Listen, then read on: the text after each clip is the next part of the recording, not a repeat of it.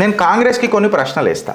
ఇప్పుడు కాంగ్రెస్ ఎవరైతే shadow prime minister ఉన్నాడో, షాడో కాంగ్రెస్కి కాదు దేశానికి చెలపోని, దేశానికి ఎవరైతే షాడో ప్రైమ్ మినిస్టర్ ఉన్నాడో మన షహజాదా ఏంది గిరీష్ పేరు ఎందుకు మాట్లాడతలేవనంటే, యూట్యూబ్లో అల్గారితం కాంగ్రెస్ పెట్టినా, రాహుల్ గాంధీ పెట్టినా, ఇది పెట్టినా అల్గారితం జరా ఇలా కంటెంట్ పోతలేదు. మాకు కూడా వ్యూస్ అవసరం కదా, దేశభక్తులం మేము. గద్దారులకు వ్యూస్ పైసలు అవసరం ఉన్నప్పుడు మాకు మినిమం వ్యూస్ కూడా రాకపోతే ఇంత చదివిన తర్వాత కరెక్టా రాంగా ఫ్రెండ్స్ మీ కామెంట్ రూపంలో చెప్పురు నాకు. సో ఈ అల్గారితంలు కూడా మార్పిస్తున్నారు. అంటే ఎంత సత్సంబంధాలు ఉన్నాయి చూడేళ్ళకు, ఎవరెవరితోనూ ఉన్నాయో, యూట్యూబ్ ఎడికని రన్ అవుతుందో మీ అందరికీ తెలిసిందే కదా కథ.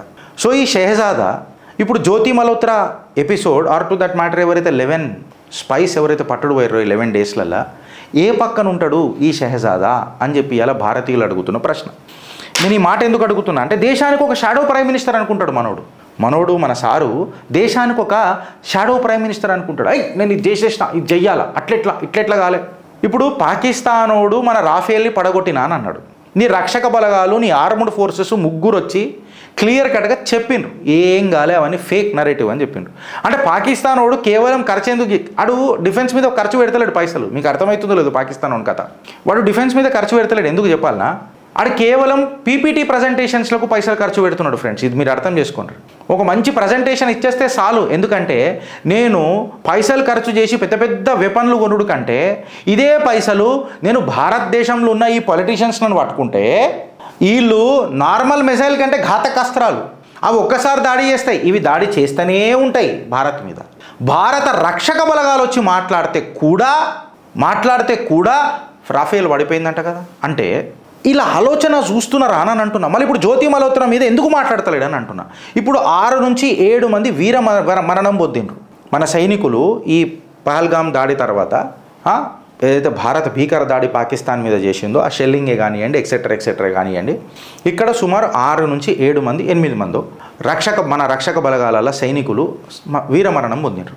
ఒక్కరు పైన కాంగ్రెస్ పల్లెత్తు మాట మాట్లాడిందా, వాళ్ళ ఇంటికి పోయి పరామర్శించిందా? అదే పహల్గామ్ అటాక్లా ఒక కాశ్మీరీ ముస్లిం ఇంటికి మాత్రం రాహుల్ గాంధీ పోనీకే ప్రయత్నం చేస్తాడు, పోయిండు కూడా.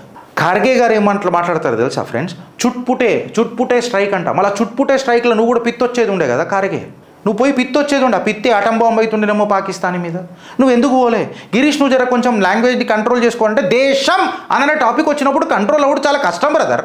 వీళ్ళు మాట్లాడే మాటలకు ఇవాళ ఇప్పుడు ఫర్ ఎగ్జాంపుల్ పాకిస్తాన్ ఒక ప్రజెంటేషన్ చేసి బయట పెట్టంగానే ఇగో ఈ రాజకీయ నాయకులు అందరూ వచ్చి ఇష్టం వచ్చినట్టు మన రక్షక బలగాలను క్వశ్చన్ చేస్తున్నారా? అరే రాజకీయాలు చేసుకోండి. ఇవాళ భారతీయ జనతా పార్టీని కూడా నేను అడుగుతున్నా, ఎక్కడ కూడా కనివిడి ఎరగని ఏంటంటే రక్షక బలగాలు వచ్చి కంప్లీట్గా కూర్చొని ఒక ప్రెస్ మీట్ పెట్టి మాట్లాడుతున్నారంటే వీళ్ళు ఎంతవరకు దిగజార్చిర్రు, ఒక రాజకీయాన్ని రక్షక బలగాలను ఎంతవరకు దిగజారుస్తారు? అరే మీరు రాజకీయాలు చేసుకోర్రా భయ్, రక్షక బలగాల దగ్గరికి ఎందుకు వస్తున్నారు? ఇప్పుడు రాఫేల్ కాడికి వచ్చిందని అంటే పాకిస్తాన్ వాడు ఏదో చెప్పిండు, ఓ 2 రాఫేల్ అని కొట్టినాము, 2 సుఖోయిలు అని కొట్టినాం, ఎక్సెట్రా అని కొట్టినాం. ఇప్పుడు క్లియర్ కట్గా మనోళ్ళు ఒక డమ్మీ సుఖోయి పంపిరు ఫ్రెండ్స్. మీకు ఒకటి తెలుసో తెలియదో, ఇప్పుడు ఇది ఫర్ ఎగ్జాంపుల్ ఇది సుఖోయ్ ఒక ఇది డమ్మీ సుఖోయ్. ఇది పోయినప్పుడు సుఖోయ్ ఫ్లైట్ లెక్కనే దీన్ని స్టిమ్యులేట్ చేస్తారు. ఇది సుఖోయ్ అనుకొని చెప్పాడు, కొట్టిండు. ఇది సుఖోయ్ కాదురా భయ్ అని చెప్పినాం. నెక్స్ట్ టైం మనం ఏం చెప్పినామంటే ఈ డమ్మీ సుఖోయ్లనే నా కొడక ఈ డ్రోన్లలో పెట్టి కొడతాము, అప్పుడు నువ్వు పుచ్చలు వలిగిపోతాయి మీవని చెప్తున్నాం మనం. ఇది అప్రిషియేట్ చేద్దామా, లేకపోతే పాకిస్తాన్ వాడు ఇది సుఖోయ్ అని అంటుండు చూడు దాన్నే నమ్ముదామా? పోనీ ఆడేవాడని ఎవిడెన్స్ చూపించిండా? చూపెట్టలే. మళ్ళీ వాళ్ళు ఎవిడెన్స్ చూపించకముందు వీళ్ళు పాకిస్తాన్ వాళ్ళ వత్తాస ఎందుకు పలుకుతున్నారు? ఇవాళ ప్రేమ జాగృతి అయిందా? నేను మొన్న కూడా అన్నా, అసదుద్దీన్ ఓవైసీ ఏంది ఇట్లా మాట్లాడుతున్నాడు, కాంగ్రెస్ ఏంది వాళ్ళంతా ఒప్పుకుంటున్నారు. ఇక కేటగిరికలీ ఇప్పుడు వస్తున్నా సుప్రియా శ్రీనేటి దగ్గరికి మనం మైక్ పెట్టి, how can the foreign minister do such a blunder? Foreign minister ఏమన్నాడంట అంటే, మేము స్ట్రైక్ చేసే కంటే ముందు పాకిస్తాన్కి చెప్పినాము. 4 రోజుల పాటు దాడి నడిచింది. పాకిస్తానీ మిలిటరీకి మన రక్షక బలగాలు కూడా చెప్పినాయి, we're striking the terrorist camps inside Pakistan, not only in Pakistan occupied Kashmir. Pakistan occupied కాశ్మీర్లోనే కాకుండా లోపలగా కూడా వచ్చి మేము తీవ్రవాద ఏవైతున్నాయో పేలుస్తున్నాం అని చెప్పిండ్రు. ఇంత క్లియర్ కట్గా నేనే విన్నా, మన ఛానల్లో కూడా వచ్చినాయి, మీరు అందరు కూడా విన్నారు. ఫారిన్ మినిస్టర్ గదే దౌరాంచంగానే మాత్రం అదే మళ్ళీ మన్మోహన్ సింగ్ మాత్రం ఈజిప్ట్ సుమిత్లా బలోచిస్తాన్ గురించి ఏం మాట్లాడినా అది బ్లండర్ గురించి మాట్లాడొద్దు. హమీద్ అన్సారీ తెహ్రాన్లో ఏదైతే చేసిండో అది మాట్లాడొద్దు. మీకు అర్థమవుతుందా ఫ్రెండ్స్? ఇందిరాగాంధీ న్యూక్లియర్ టెక్నాలజీ పాకిస్తాన్కి దాని మీద మాట్లాడొద్దు. కాకపోతే ఇంత పెద్ద తప్ప మళ్ళీ ఎడివినా ఒడిలల్లో రాజకీయాలు చేస్తే అవి తప్పు కాదు. ఎడివినా ఒడిలల్లో రాజకీయాలు చేస్తే తప్పు కాదు. దేశాన్ని ప్రైమ్ మినిస్టర్ పదవి కోసం విడగొట్టినప్పుడు తప్పు కాదు. జీపు నుంచి బొఫోర్ స్కాముల వరకు చేసినప్పుడు తప్పు కాదు. ఇండస్ వాటర్ ట్రీటీలో 80% వాటర్ నిన్ను ద్వేషించే దేశానికి 2 సార్లు దాడి చేసినా వాళ్ళకు నీళ్ళు ఇచ్చి పెంచి పోషించి అది తప్పు కాదు. పాకిస్తాన్ని నేను ప్రేమిస్తూనే ఉంటా అని అన్నప్పుడు తప్పు కాదు. ఇండియా దగ్గర పైసలు లేవు, ఆర్మ్డ్ ఫోర్సెస్ దగ్గరికి బుల్లెట్ ప్రూఫ్లు ఇప్పియనీకే పైసలు లేవన్నప్పుడు తప్పు కాదు. చైనాతో పోయి 2008లో MOUలు సంతకం చేస్తున్నప్పుడు కూడా తప్పు కాదు. భారత్ మన మీద పాకిస్తాన్ మన మీద భీకర దాడులు చేస్తున్న ప్రతిసారి అకార్డింగ్ టు కాంగ్రెస్ మనం షేర్వానీలు వేసుకొని మాట్లాడాలి, కానీ పల్లెత్తు మాట పాకిస్తాన్ మీద మాట్లాడొద్దు, తప్పు కాదు. 26/11లో ముంబైలో పాకిస్తాన్ వచ్చి మనం కొడితే భీకర దాడి చేసిపోతే ఇది హిందూ టెర్రరిజం అని అనడం తప్పు కాదు అకార్డింగ్ టు కాంగ్రెస్. మళ్ళా నేను రాహుల్ గాంధీ గారిని కూడా అడుగుతున్నా, కాంగ్రెస్ పార్టీని అడుగుతున్నా, 1972 or 71 Bangladesh war what ever it is ఆ డేట్ ఎప్పుడుందో అందులో 93,000 మంది సోల్జర్లను మీరు వార్ ప్రిజనర్ అని పాకిస్తాన్కి ఇచ్చేసి ఇప్పటిదాకా నా ఇండియన్ ఎయిర్ ఫోర్స్ పైలట్లు ఎవరైతే ఉన్నారో 17 మంది ఆర్ టు దట్ మ్యాటర్ 54 మంది నా సోల్జర్స్ ఎవరైతే ఉన్నారో మళ్ళీ అలానే తిరిగి భారత్కి తీసుకొచ్చినమా లేదా అని అడగడం పెద్ద తప్పు. వాళ్ళ జీవితాలు ఏమైనా అది తప్పు కాదు. ఎందుకంటే షాడో ప్రైమ్ మినిస్టర్ మాట్లాడుతున్నాడు అని అంటే అది మనం యాక్సెప్ట్ చెయ్యాలి. ఇప్పుడు రాఫేల్ ఉన్నాయి రాబాయ్ కొట్టినామన్నట్టు కొడితే ఏం బీక్తావు చెప్పు, ఒక మాట అడుగుతున్నా, కాంగ్రెస్ని అడుగుతున్నా, నువ్వేం బీక్తావు అంటే రాఫేల్ని మలైన్ చేయాలా, అమెరికా వాడు సప్లై చేసే F-35లను మనం కొనాలా, రాఫేల్ మనం కొనొద్దు.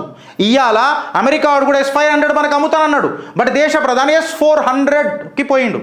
మళ్ళీ ఇదే పెద్ద మనిషి షాడో ప్రైమ్ మినిస్టర్ అని లెక్క ఫీల్ అయిపోతాడు చూడు. దేశం అడుగుతుంది అంట. దేశం ఏమడుగుతుంది? నాకు ఒక మాట చెప్పుడు, కాంగ్రెస్ వాళ్ళని అడుగుతున్నా, ఏమడుగుతుంది రాబాయ్? ఆ దేశంలో మీకు 99 సీట్లు ఇచ్చింది ఆ దేశమే మీకు. మీరు మెజారిటీ స్టేట్లో కూడా లేరు. ఎవడు అడుగుతున్నాడు చెప్పును నాకు ఒక మాట?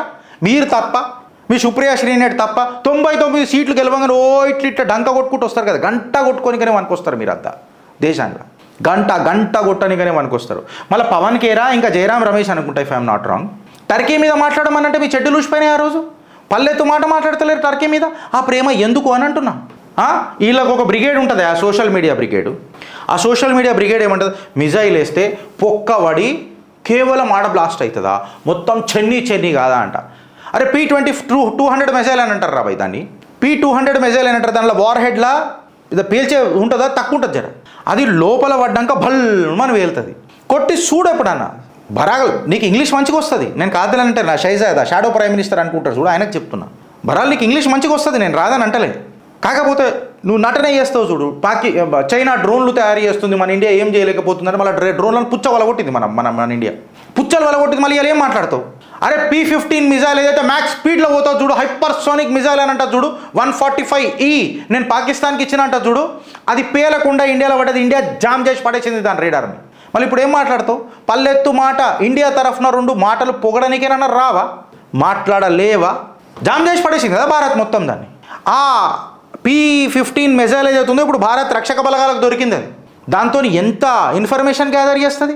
చైనా ఇది మా ల్యాండ్ మార్క్ మిజైల్ మేము పాకిస్తాన్కి ఇస్తున్నాం 145 కిలోమీటర్స్ రేంజ్లో 145E ఇది ఎక్స్పోర్ట్ క్వాలిటీ అని చెప్పించింది. నా బొంగేం కాదు. ఈ పెద్ద మనిషి వెనకటికి F-35ల గురించి మాట్లాడతాడు, రాఫేల్ మీద లొలి చేసిండు. ఇప్పుడు మళ్ళీ రాఫేల్ మీద లొలి చేయనికి ఎందుకు? అక్కడ MOU సంతకం చేసిన మాస్టర్లు ఏమన్నా మెసేజ్ పంపించారా చిట్టి మీద రాసి?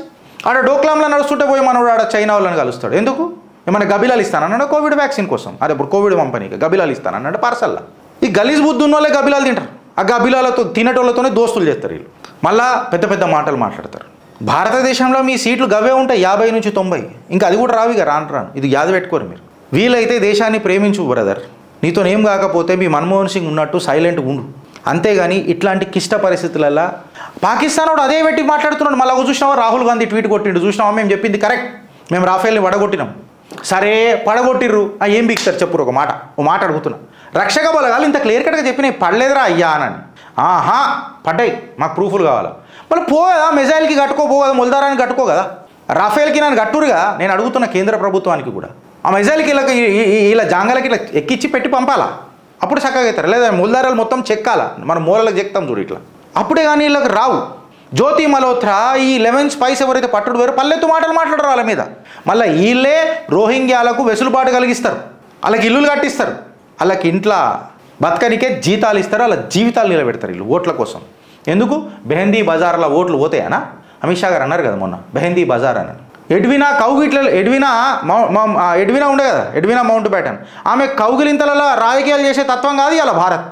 బద్దల వలగొట్టే భారత్, బాధ్యత తెలిపే భారత్, ప్రతిభ చూపించే భారత్, పరాక్రమం చూపిస్తున్న భారత్. భారత్ మాతాకి జై. ఇప్పుడేనా అంటే మీకు కొన్ని ప్రశ్నలు ఉన్నాయి, మీరు చెప్పాలి నాకు. ఇది ఇగో ఈమె ఇప్పుడు నేనేమన్నా మాట్లాడితే ఫెమినిస్ట్ అంటారు నన్ను. ఈమె చూడు ఏమంటుందో, Indian Muslim journalist mourns death of Yahya Sinwar brands anti jihadi entities as fascists. ఈడు ఒక జిహాదీ గాడు. ఈమె ఏం రాస్తుందో చూడు, అర్ఫా కనుమ్ షెర్వానీ. ఈమె ఏమని రాస్తుంది అంటే, ముస్లింలు ఎప్పుడు పోలీస్ వైలెన్స్కి విక్టిమ్లంట. ఏందంట? ముస్లింలంతా పోలీస్ వైలెన్స్కి విక్టిమ్లంట. మనం అందరం ఎంజాయ్ చేస్తున్నామంట, పాప్కార్న్ తినుకుంటా, ఇవన్నీ చూసుకుంటా. మన లోపల కనికరం లేదంట, మనుషులం కాదంట. మళ్ళీ హిందువుల మీద అయితే మాత్రం మళ్ళీ ఈ తల్లి కనికరం ఏమైందా అని నేను అడుగుతున్నా. బ్రేక్ డౌన్ ఎప్పుడన్నా మొత్తం దేశం అల్లకల్లోలం అయిపోతే నీ దర్వాజా దాకా వచ్చేదాకా నీకు తెలియదు అని చెప్తున్నది. అంటే నువ్వు ముస్లింలను రెచ్చగొడుతున్నావా అర్ఫా కనుమ్? ఓ పెద్ద జనసైడ్కి ఏమన్నా పెడుతున్నావా?